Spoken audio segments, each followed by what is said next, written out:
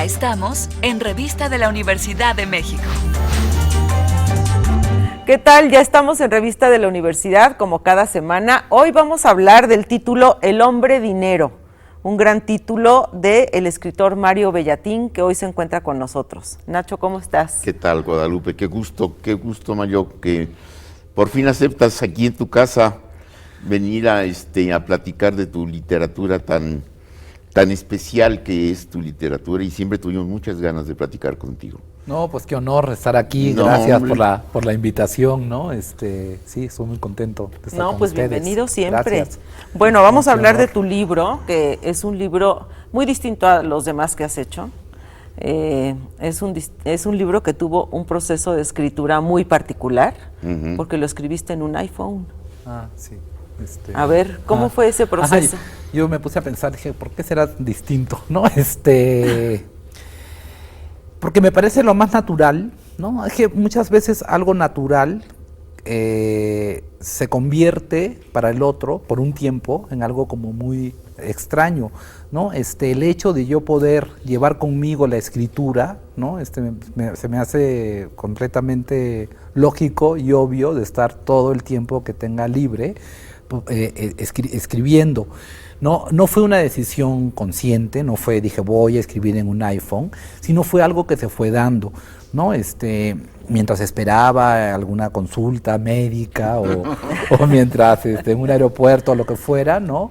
De pronto ya la computadora, por más pequeña que sea, se convertía en algo pesado de llevar, ¿no? Sobre todo en los aeropuertos, estar hay que checarla, sacarla del maletín y eso, ¿no? Y de pronto empecé en el notas del iPhone o del iPod, y empecé así como de juego, ¿no? O sea, sin darme cuenta, hasta que de pronto en un viaje largo que hice a Bangladesh, me acuerdo que fueron como 40 horas de avión, empecé y acabé un libro, ¿no? Completo, sin darme cuenta, ¿no? Entonces de pronto en el notas, ¿no? Y curiosamente esto, que puede parecer algo innovador o algo distinto, me retrotrajo a la máquina de escribir. Nuevamente tuve la sensación que tenía cuando escribía a máquina, ¿no? Que de alguna forma, tú lo debes saber bien, cuando se pasó de la máquina de escribir a la computadora, hubo una serie de una polémica, ¿no? Yo nunca voy a escribir a máquina, yo sí en computadora. Entonces los escritores se dividieron, ¿no? Nos dividimos en lo que computadora, la máquina de escribir. Híjole. Y al final ganó la máquina la computadora. Pero fíjate, yo escribo a mano. Sí. Escribo a mano y ya que estaba acostumbrándome un poco a poco, con 2 dedos a la máquina de escribir, me inventan la computadora, pues dije, ya regreso a la mano. Y hay una frase inolvidable de Valle Inclán, a principios del siglo pasado, en que dice, muera el telegrama, viva la carta. Exacto, sí. Bueno, entonces, siempre. Pero lo que pasa es que ya no puede uno ir contra, por eso me parece muy original y muy aleccionador tu experimento. Sí, bueno, pero es como natural, porque incluso yo usaba prótesis hasta hace un tiempo, ¿no? Que no me servían de mucho porque me las habían impuesto, porque yo soy de un brazo, no tuve un accidente, etcétera. Y yo desde niño usaba prótesis, ¿no? Y con las prótesis yo podía hacer menos cosas que las que podía hacer naturalmente, pero desarrollé como una suerte de dependencia psicológica con la prótesis, ¿no? Porque lo tenía desde los 3 años de edad, etcétera, y me costó mucho librarme de ella. Y de pronto ahora me doy cuenta que la prótesis real es el iPhone, porque lo pongo aquí y empiezo el iPod, ¿no? Y entonces en este espacio es cuando escribo y puedo, no importa el lugar, el tiempo, y repito, no fue adrede, no fue buscado, sino que me ganó, ¿no? De pronto descubrí que esa podía ser una forma de convertirme de alguna manera en alguien, el hombre escritura, ¿no? Porque es lo único que he hecho a lo largo de mi vida, realmente lo único que me acompaña desde los 10 años es escribir, ¿no? Leer y escribir, sí, cada vez peor, sí. En una época era leer y escribir casi al mismo tiempo, pero de pronto se ha convertido más escribir que leer, que sigo leyendo obviamente, pero la compulsión, ¿no? O sea, leo más racionalmente, ¿no? O sea, pero así como de compulsión, así de no poder dejar de hacerlo, es la escritura. La escritura. Y entonces, pues ahora la llevo conmigo a todas partes, ¿no? Hay 3 cosas: escritura, perros y bicicletas. Es lo único que me acompaña a lo largo de Y en este la libro vida. hay 2 elementos, la escritura Y los perros. las Exacto. galgas, porque el libro comienza cuando está el personaje viendo correr a sus galgas y eso le detona la memoria de un pasado, ¿no? Claro, pero ese comienzo se enlaza con este hecho de escribir en el iPhone, porque entonces las galgas que existen, tienen que correr muchísimo. Entonces yo voy al bosque para que los perros corran y me pongo debajo de un árbol y escribo en el iPhone. Entonces era como en tiempo real, ¿no? O sea, ver a los perros correr y era como la escritura en tiempo real, ¿no? Como si fuera un retrato. Y en el libro hay otro elemento, que es la falta de aire, a propósito. También. Que es muy importante, y en los perros corriendo, si algo sobra, es el aire. Sí. Es un símbolo muy muy contrastante, Sí, ¿no? y la Pero dices la falta también. de aire porque el Por el protagonista asma. es asmático. Claro, ¿no? por eso. Sí, bueno. Porque El protagonista es asmático, yo ahora de pronto sale el libro, aparece el libro y de pronto me viene una crisis asmática que no es habitual. ¿Ves? Eso. Entonces hay un psicosoma ahí No, dando es que, vueltas. Dando es vueltas. que lo que decía Henry Miller, un escritor está condenado a vivir lo que escribe. Es horrible eso. Es horrible. Eso me ha ¿Imaginas? pasado muchas veces como el escritor profeta, porque se le olvidó a Henry Miller decir que estaba condenado a vivirlo peor. Porque a mí me ha tocado vivir lo peor de lo que había estado escrito. Sí. Oye, pero bueno, el libro, en todos tus libros hay alguna parte que es autobiográfica. En este libro hay mucho también de autobiográfico, ¿no? Sí, no. Sí, hay exageraciones autobiográficas, las llamaría yo, pero no porque tenga un interés en hablar de mí o hacerlo autobiográfico, sino que siento que es un recurso más como para conseguir la complicidad del lector, ¿no? A mí lo que me interesa realmente es que alguien comience y termine un libro, ¿no? Que es un poco lo más difícil de conseguir, ¿no? Que buscar a alguien que sea lo suficientemente cómplice como para seguir contigo, empezar y acabarlo, ¿no? Sí, porque... Y que encima le guste, ya eso ya es un plus total, pero eso ya ni pregunto, ¿no? ¿Cuánta gente no dice, claro, ya tengo tu libro, tanto como leerlo, pero ya lo conseguí, ya lo compré? Exacto, O esa señora que decía, estoy leyendo el dinosaurio de Monterroso, ya voy a la mitad. No, pero creo que es muy válido lo que dices, Mario, porque cuando uno sigue a un escritor, va siendo cómplice de él y de sus historias, y tú siempre metes un guiño que habías puesto en otro libro. Sí, porque lo que quiero de alguna manera es crear una escritura personal, ¿no? Entonces, por ejemplo, apareció una obra reunida en Alfaguara, ¿no? Que va a salir la segunda parte, y para corregirlo, ¿no? Para entregarlo, porque no me leo a mí mismo, porque al contrario, leo para olvidar, ¿no? Lo que escribo, pero para volver a editarlo, ¿no? Me di cuenta, ¿no? Que al ver los libros juntos, ¿no? Que de alguna forma lo que me interesa es el escritor, no tanto las historias, no tanto lo que se cuenta, sino el tono, la palabra, ¿no? Y entonces como que todo sea un solo libro, en realidad, pero ahí hay un reto muy grande de cómo diferenciar, porque es una línea muy endeble, muy sutil, entre estilo o forma personal y fórmula, ¿no? Porque hay muchos autores que han caído, lamentablemente, muchos, ¿no? Que de pronto se repiten a sí mismos, ¿no? Porque de alguna manera encontraron una fórmula y se nota que es fórmula. Y hay otros que no, que nunca escapan de un propio universo, no sé, me ocurre Juan Onetti, ¿no? Que por ejemplo, desde su primer libro hasta el último, es las mismas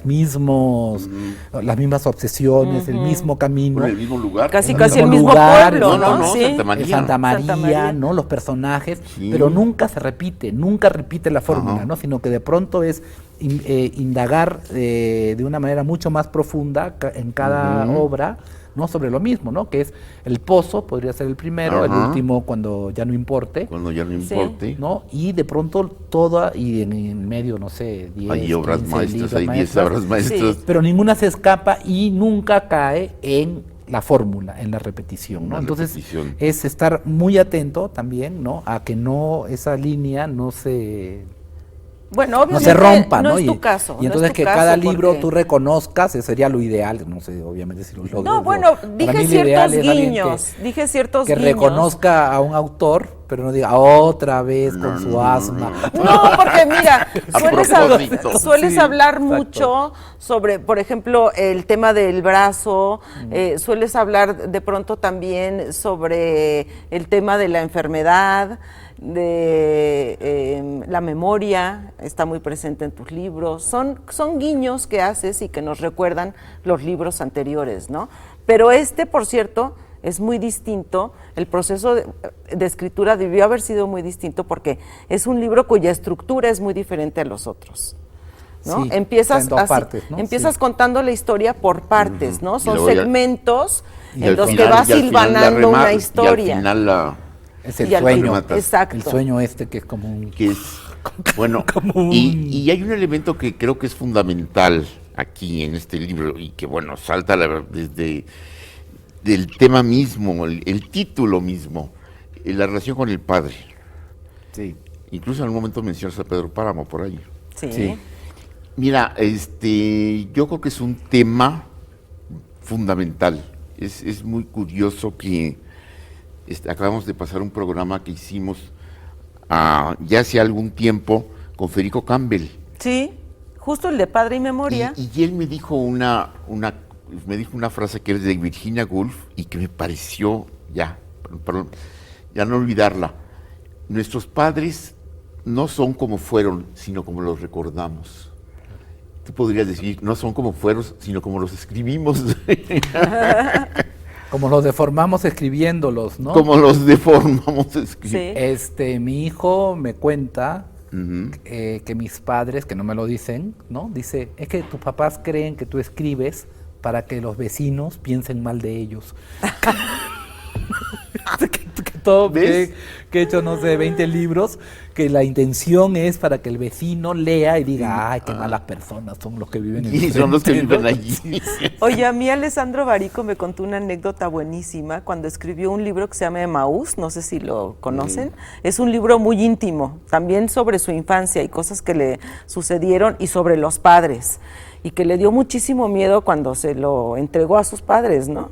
Para que lo leyeran. Y dice, y bueno, después de una semana mi madre me llama y yo le pregunto, ¿ya leíste el libro? Sí, ¿y qué te pareció?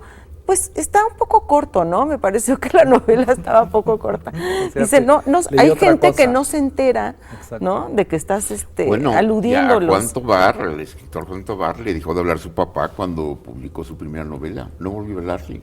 Ah, ¿en serio? En serio. Y fíjate, y es que es interminable. Y a Cortázar, su primer libro está firmado por Julio Cortázar.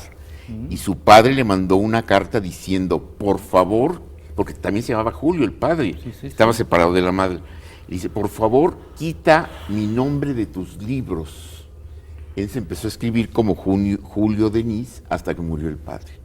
Ah, no Bueno. sabía esa anécdota de Cortázar. Qué terrible. Vamos a hacer una Una pausa. pausa y ahorita seguimos Mario, hablando ya ahorita de seguimos hablando. Las Vamos causas a hablar últimas, del... Vamos a llegar a las causas últimas. Vamos a llegar al hombre dinero ahora, sí.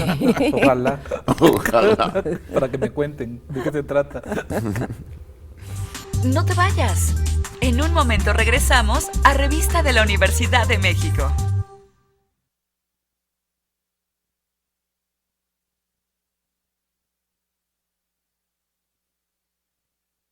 Estamos de regreso con más de Revista de la Universidad de México. Bueno, pues continuamos hablando con Mario Bellatín. ¿Bellatín o Bellatín?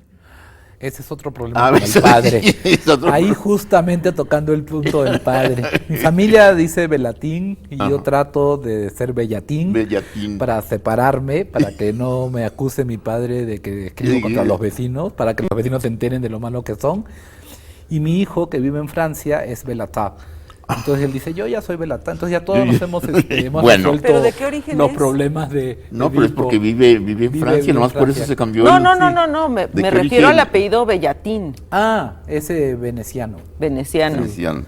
Sí. Bueno, en fin, yo te quería comentar, bueno, yo recuerdo mucho un libro de Mario, que ganó el premio Villarrutia, por cierto, Flores, que es una verdadera joya en mi biblioteca. Yo sí la empecé y la terminé. Gracias. Y hay algo que siempre le queda a uno, ya por la deformación, además de leer tanto y estar tan en esto. Yo noto en este libro también a una cierta influencia, bueno, creo que en la mayor parte de tus obras, de Salvador Elizondo. Salvador Elizondo, el texto, los estructuralistas hablaban del texto. Creo que también hay algo por ahí en tu literatura, ¿no? Y en algún momento la literatura japonesa. Incluso tienes un libro sobre Mishima Y Sí. de la señora Murakami. y la señora Murakami. Entonces, esos tres factores, ¿hay algo de ello?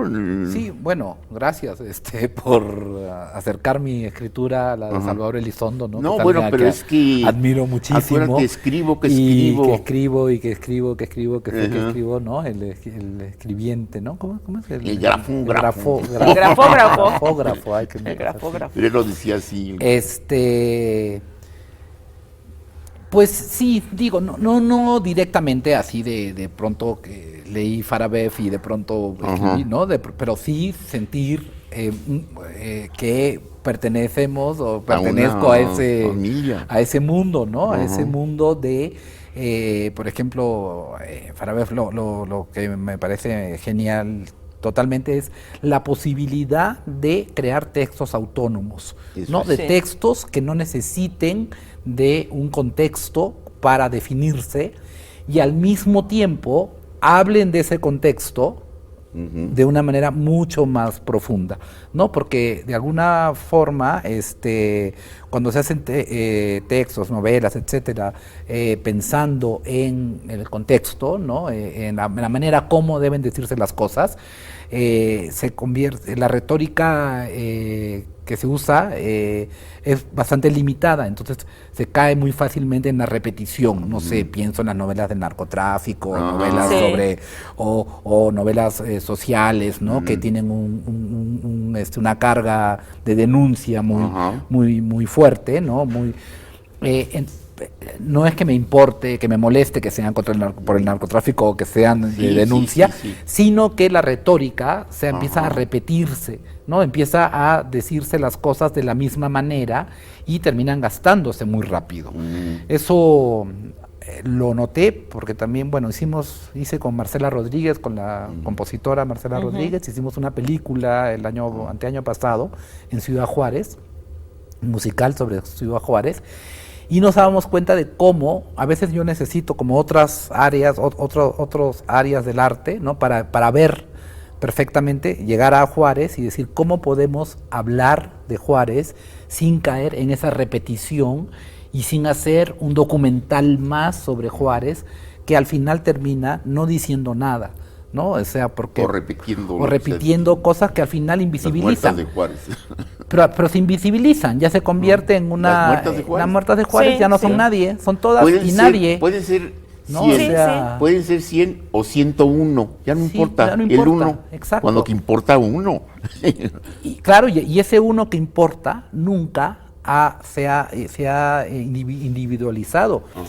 El único homenaje que yo he visto a las muertas de Juárez ha sido el que hizo Bolaño, ¿no? Cuando pudo, como a manera de epitafio, ¿no? A cada una de ellas, Ajá. ¿no? Y que vemos que eso es una destreza literaria impresionante, porque cómo poder individualizar a un grupo que está totalmente masificado, o sea, como una idea general, ¿no? Porque todas de edad tal, usando jeans, maquiladoras, o sea, con un perfil tan general, ¿no? Poder darles la dignidad de su propia muerte, que es un poco lo que sucede, yo creo que en México, con esta violencia que vivimos, ¿no? Es que ya la muerte no es la última instancia, ¿no? que uno puede ofrendar, ¿no? Estamos, acostumbrados desde la escuela, no sé, los héroes, ¿no? Que dieron la vida, ¿no? Por la patria o por alguna causa, ¿no? Pero no, hay más. O sea, a veces uno, viendo este horror, ¿no? Decir, a veces la muerte no es la última instancia, a veces piden la muerte, ¿no? Porque es tan cruel las formas, las maneras, ¿no? Que van mucho más allá. Entonces tratamos nosotros de señalar, ¿no? Porque es un poco lo único que se puede hacer, señalar. Para eso el arte sirve para no para resolver ni para dar respuestas, ¿no? Sino para individualizar, señalar, decir aquí está, ¿no? Entonces llevamos un texto japonés, un texto aparentemente japonés, ¿no? De un hombre que se come a sí mismo. Lo hicimos ópera, lo hizo Marcela Ópera y lo filmamos en Ciudad Juárez, ¿no? Y eso es un poco, hicimos un musical, ¿no? ¿Qué es lo que no se podía hacer cuando llegamos a Juárez? Decir, ¿qué es lo que no se puede hacer aquí? Un musical, ¿no? Es el colmo, hacer un musical. Sí. Bueno, vamos a hacer un musical, ¿no? Entonces digo, para que ese tema, como para ponerlo como ejemplo de algo que hay que buscar otras artes para poder tener esa perspectiva necesaria para poder separarse. A veces, no sé, a ti como escritor, Nacho, te debe pasar que la misma escritura te impide tener esa distancia, ¿no? Claro. Yo me empecé a leer, yo me acuerdo en Salón de Belleza, me empecé a leer cuando alguien hizo un montaje teatral, ¿no? Cuando el Circo Raus, Israel Cortés hizo una aquí en la UNAM, es una espléndida puesta en escena, ¿no? 1000 veces mejor que el libro. Y de pronto yo allí me di cuenta, dije, ¿qué monstruo ha escrito eso? Sí, pero son los vecinos. Exacto, son los vecinos, porque si uno lee otras cosas. O sea, el propio autor a veces no es dueño de su propia escritura. Estamos leyendo estructuras, lenguaje, no sé qué, ¿no? Y me pasó justo en ese libro que había gente que leía y estaba aterrada, y yo decía, pero si es un libro chistoso, es un libro que tiene mucho humor, ¿cómo va a tener humor esto, no? Y tuve que recurrir a otra forma, ¿no? Que es el teatro, para poder yo ser lector por primera vez, ¿no? Y descubrí muchas cosas terribles que no me había dado cuenta por la propia retórica con la que a veces nos recubrimos los propios escritores, ¿no? Oye, también recurres mucho a la fotografía, ¿no? Porque, cuando por ejemplo, cuando existía. Cuando existía, ¿qué? ¿La fotografía? ¿Ya no existe? Creo que no, yo creo que deberíamos de ponerle otro nombre, ¿no? ¿Cómo qué? A esta cosa digital. Podemos usar ese término que todo el mundo usa, que es, ¿cuál es? Expandida. Expandida, fotografía expandida, no necesito que todo esté expandido, literatura expandida. Bueno, por ejemplo, aquí en Clase Muerta, sí, hasta incluyes fotografías tuyas. Sí, exacto. ¿no? Pero son fotos hechas con unas cámaras artesanales, sin lente. Y en de El Hombre Dinero tienes un personaje muy gracioso, que es el fotógrafo ciego. Que justamente es tal cual, es una crónica. Ese personaje existe. Y justamente... ¿Pero cómo un fotógrafo ciego? Porque se fue quedando ciego. Y existió, ¿no? No existe, está vivo. ¿Sí? Sí, y es esposo de Jessica Lange, aparte. Imagínate la contradicción de tener esposa a Jessica Lange y ser ciego. No, como que... No, es que Enrique Bosterman tenía un problema grave de la vista. Enrique Bosterman, el famoso fotógrafo, y se iba quedando ciego, era impresionante. Lo que pasa con este señor que existe, y todas las cosas que cuento ahí son ciertas, ¿no? Que mejor hay que dejar que las lean para no en el sentido de hacer publicidad al libro, sino que mejor no lo... No, pero yo sí le quiero hacer, balconeemos. Pero yo sí le quiero hacer publicidad, porque yo empecé a leer el libro y no lo dejé, y lo leí en algunas horas, menos de las que te tardaste en escribirlo. Búscalo en internet. Paco Grande y Jessica Lange. Y además es el nombre, sale, no le cambiaste ni el nombre. No, búscalo y vas a encontrarlo. Y vas a encontrar una foto de Jessica Lange siendo mimo con Paco Grande. Lo que sucede con él es que usa la fotografía como prótesis, porque ahí, como cuento en el libro, es una ceguera mental, del cerebro, que va quitándole el grado de la amplitud de campo, ¿no? Entonces se dio cuenta cuando le daban así esto de marihuana y a él no le invitaban, decía, ¿y a mí por qué no me dan? Entonces sí le habían ofrecido, pero él ya no veía, ¿no? Pero además Estaba era a cerrar la cosa. Oye, y además era sí. traficante. Sí, bueno, pero ¿eso era. es cierto Sí, o no es cierto? Es cierto, todo eso es cierto. Sí. Y de pronto llega un momento en que él no ve la vida real, sino ve la vida virtual, es al revés, es como muy moderno también, así Sí, como sí, si sí. usted me dice moderno por usar un iPhone, este señor la vida lo hizo modernísimo, porque él no ve la realidad tal cual, porque no tiene profundidad de campo, pero en su casa sí ve una foto con luces iluminada de determinada manera y enfocada, de tal manera él puede ver la foto. Entonces él vive al día siguiente, porque él ahorita no nos ve, pero siempre carga una cámara de fotos consigo, fotografía, revela, estoy hablando de una época que no había todavía digital, y de pronto la foto revelada sí la puede ver, porque está la realidad concentrada y iluminada de determinada manera. Entonces no era un snobismo, porque también hay algunos fotógrafos ciegos que yo creo que son snobs, ¿no? Dicen, bueno, soy ciego, ahora quiero ser fotógrafo, no sé, me falta un brazo, quiero ser pianista, no sé, eso como qué pesado, ¿no? Es como, no hay peor sordo que el que quiere oír, ¿no? ¿Han visto esos sordos que, qué? No sé. Oye, pero, bueno, no, sí. él la usa, sí, como para poder ver al día siguiente, y su casa, su departamento, que tiene, bueno, uno en Nueva York, yo lo visité, por ejemplo, está lleno de fotocopias de su vida, entonces él puede ver su vida en los suelos, a partir de fotocopias, a partir de fotos. Entonces le pasa justamente lo contrario, ¿no? Él se adelantó a lo que la tecnología nos está queriendo hacer, ¿no? Que de pronto estemos aquí los tres mirando cada uno nuestros teléfonos y no mirando y conversando, ¿no? Pero por aquí, ¿no? Decir, hola Guadalupe, ¿cómo Pues estás? ¿No? Mandándonos, chateándonos aquí sentados. Mucha gente lo hace. Oye, ya, mira, me están avisando que nos queda un minuto y no hemos hablado del hombre dinero. Hemos hablado de los billetes que se encuentra con las no, y sobre todo el símbolo del dinero. El símbolo del dinero, la moral y el dinero. Papini ¿no? decía que es la sangre de los pobres. Oye, pero ese... Bueno, ahí dice, ¿no? Que es un invento hecho para los pobres. Sí. Es que sí, te impide cualquier posibilidad, digo, los extremos, ¿no? La pobreza extrema, estás todo el tiempo pensando en el no dinero y te impide ser humano, ¿no? Porque estás pensando en las necesidades básicas todo el santo día, ¿no?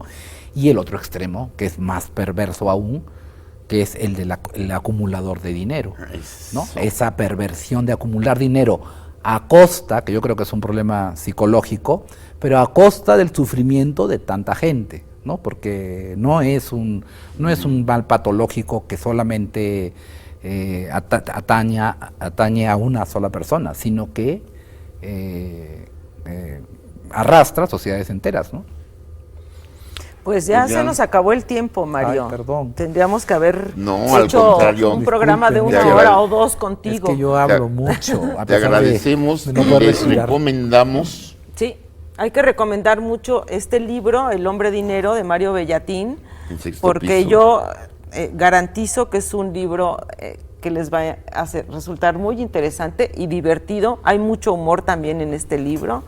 Y bueno, Mario, muchas gracias por haber estado aquí con nosotros. Ya era hora. No, al contrario, gracias. Pero qué bueno que Gracias, viniste. Nacho. Nos vemos la No, hombre, próxima gracias. semana aquí en Revista de la Universidad de México. Tenemos una cita la próxima semana en Revista de la Universidad de México.